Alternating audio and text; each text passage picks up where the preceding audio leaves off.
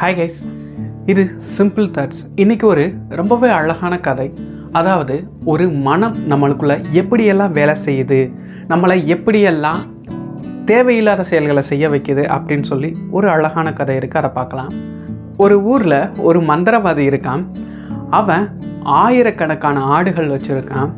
அந்த ஆடுகளை மேய்ச்சிட்டு அதில் தினமும் ஒரு ஆட்டை அடித்து சாப்பிட்டுட்டும் தினமும் அந்த ஆடுகளை மேய்ச்சிட்டும் அப்படி தான் அவனோட வாழ்க்கை நடத்திட்டு இருக்கான்.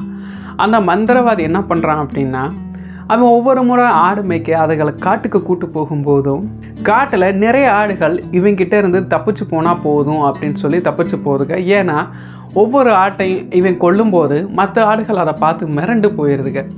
அதனால் இவங்கிட்ட இருந்து தப்பிச்சு போகணும் அப்படின்னு சொல்லி ஒவ்வொரு கூட்டமாக ஆடுகள் காணா போயிட்டே இருக்குது. இதை கவனித்த அந்த மந்திரவாதி இதுகளுக்கெல்லாம் ஒரு வழி கட்டணும் அப்படின்னு சொல்லிட்டு முடிவு பண்ணி ஒவ்வொரு ஆட்டுகள்கிட்டையும் பேச ஆரம்பிக்கிறான்.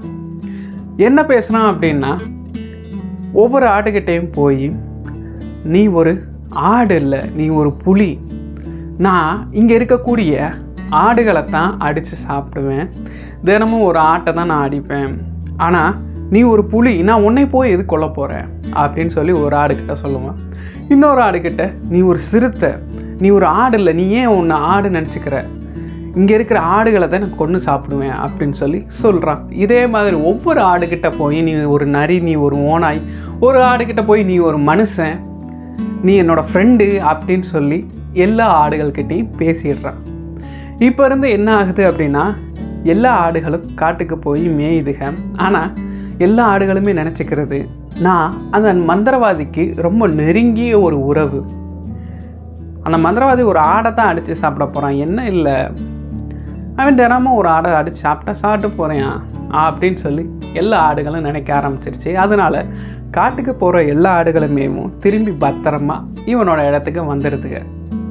அவனும் தினமும் ஒவ்வொரு ஆட்டையும் இதே மாதிரி அடித்து சாப்பிட ஆரம்பிச்சிட்டான். அப்போ இருந்து அவனுக்கு ஆடுகள் குறையிறதே கிடையாது. இந்த கதையில் ஒரு மிகப்பெரிய ஒரு விஷயம் இருக்கு.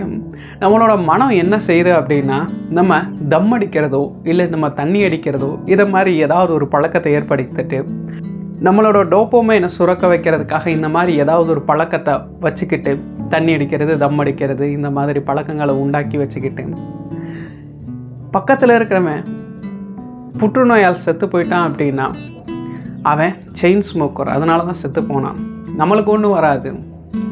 அவன் காலையில் வெறும் வயத்தில் தண்ணி அடிப்பான், அதனால தான் அவன் தண்ணி அடித்து செத்து போயிட்டான் அப்படின்னு சொல்லி ஒவ்வொரு காரணங்களை, யாராவது இறப்பை பார்த்த பின்னாடியும் ஒவ்வொரு காரணங்களை, இவனுக்கு அந்த மாதிரி இருக்குது, இவனுக்கு டிபி இருக்கா, இவனுக்கு இந்த பிரச்சனை இருக்கா, அவன் அதை செஞ்சான், இவன் இதை செஞ்சான் அப்படின்னு சொல்லி தனக்கு என்ன ஆக போகுது அப்படின்ற கவலையை விட்டுட்டு, நான் எதுவும் சார், நான் கரெக்டாக சாப்பிட்றேன், வேலைக்கு நான் ஒரு தம் மட்டும்தான் அடிக்கிறேன், நான் ஒரு நாளைக்கு கொஞ்சம் மட்டும்தான் குடிக்கிறேன் அப்படின்னு சொல்லி நம்மளுக்குள்ளேயும் நம்மளை ஏமாற்றிக்கிட்டு நம்ம மனசு அந்த டோப்பமைனை சுரக்க வைக்கிறதுக்காக தண்ணி அடிக்கிறத, தம் அடிக்கிறத பண்ண வச்சுட்டு இருக்கு நம்ம மனசு. இந்த மந்திரவாதி மாதிரி எப்போவுமே மனசு சொல்கிறத கேட்கக்கூடாது அப்படின்றதுக்கு இந்த கதை ஒரு அழகான உதாரணம்.